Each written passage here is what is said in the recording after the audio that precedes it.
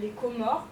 Donc nous allons tout d'abord passer à la présentation du pays, ensuite l'histoire du pays, la politique du pays, l'économie du pays, sa gastronomie, son administration, l'interculturel et les dangers liés à ce pays. Donc ensuite, on peut voir que l'archipel des Comores est composé de 3 îles qui se trouvent au sud-est de l'Afrique.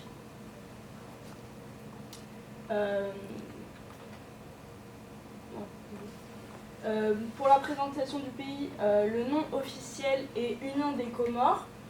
C'est un régime de nature présidentielle avec comme chef d'État le président Azali Assoumani, qui a été élu le 26 mai 2016 et réélu le 27 mars 2019. La superficie de cet archipel est de 2234 km². Sa capitale est Moroni. Donc les villes principales, dont Moroni en Grande Comore, sont Moutsamoudou en Anjouan et Fomboni au Moélie. Les langues officielles sont le comorien, le français et l'arabe, mais les plus communément parlés sont le comorien et le français. La population est d'environ 800 000 habitants et les habitants sont appelés les Comoriens ou Comoriennes pour les femmes. La religion majoritairement pratiquée est l'islam sunnite avec 98%, c'est la religion officielle.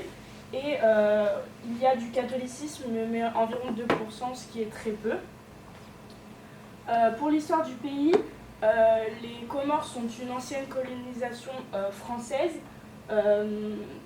C'est le sultan d'Anjouan, Adrien Souli, d'origine malgache, qui cède Mayotte à la France en 1841, ce qui mène à l'esclavage, et l'esclavage est aboli en 1846. Donc en 1886, les Comores sont sous protectorat français, et c'est en 1892 que la colonie de Grande Comore est rattachée à la colonie française de Madagascar. Puis l'archipel devient un territoire d'outre-mer en 1946 avec une semi-autonomie administrative. Et c'est en 1974 que 95% de l'ensemble des Comoriens choisissent l'indépendance. Et Mayotte se prononce à 65% pour son maintien dans la République française. Et ici, on peut voir que des habitants de Mayotte manifestent donc en 1975 pour rester français, alors que le reste de l'archipel des Comores demande son indépendance. Et c'est le 6 juillet 1975 que les Comores deviendront, que les Comores sont indépendants. Donc ensuite, le système politique est donc une république fédérale à régime présidentiel multipartite et décentralisé, où le président est à la fois chef d'État et chef du gouvernement. Donc on peut voir ici le président Azali Assoumani, qui avait pris déjà le pouvoir par un coup d'État le 30 avril 1999, avant d'être élu à l'Union des Comores en 2016 et en 2019. En ce qui concerne l'économie du pays, l'Union des Comores souffre de fragilité structurelle et la situation économique reste précaire. En effet, l'Union des Comores est une PMA et 45% de la population vit en dessous du seuil de pauvreté. C'est une économie qui repose sur quelques secteurs d'activité. Donc, le PIB est de 648,9 millions USD en 2017. Donc l'agriculture représente 30% du PIB, l'industrie 12% et les services représentent 55%. 1 euro équivaut à 492,56 francs comoriens et 1 franc comorien à 0,0020 centimes d'euros. Ici on peut voir un billet de 100 francs comoriens. Voilà. Pour la gastronomie du pays, les plats typiques comoriens sont le sambusa des Comores qui peuvent faire penser au brix ou au samosa selon les cultures, le pilaou qui est une sorte de paella comorienne avec du poulet, du riz et des légumes, les donas qui sont des beignets et de la banane au lait de coco. Pour l'administration du pays, ce sont des îles autonomes, la Grande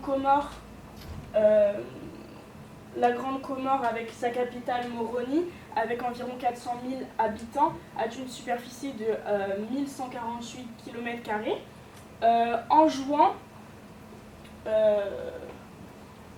Anjouan qui est ici, avec environ 350 000 habitants et 424 km² de superficie, et Moélie ici, qui est la plus petite île, avec 290 km² de superficie, et les dialectes varient selon les îles. En ce qui concerne l'interculturel, il y a des coutumes mahoraises qui se retrouvent dans leur façon de manger. Ils n'utilisent pas de couvert et mangent au sol. Dans leurs vêtements, avec des vêtements traditionnels, la salouva pour la femme et le kanzu pour les hommes.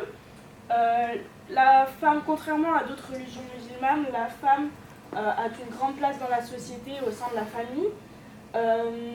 Au travail, il faut arrêter de travailler pendant la prière. Pour les voyageurs, il est important de respecter les traditions et les coutumes locales, notamment dans la façon de s'habiller, c'est-à-dire ne pas montrer les genoux, pas les coudes, etc.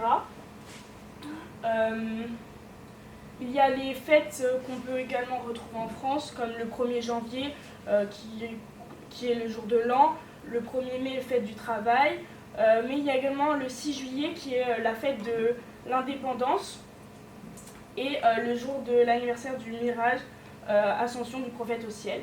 En ce qui concerne la photographie, il faut s'abstenir de prendre des photos de bâtiments publics ou de postes militaires et les bureaux de police. On peut y parler le français, l'arabe, d'autres dialectes comoriens comme le swahili, le grand comorien, le moélien ou l'anjoué.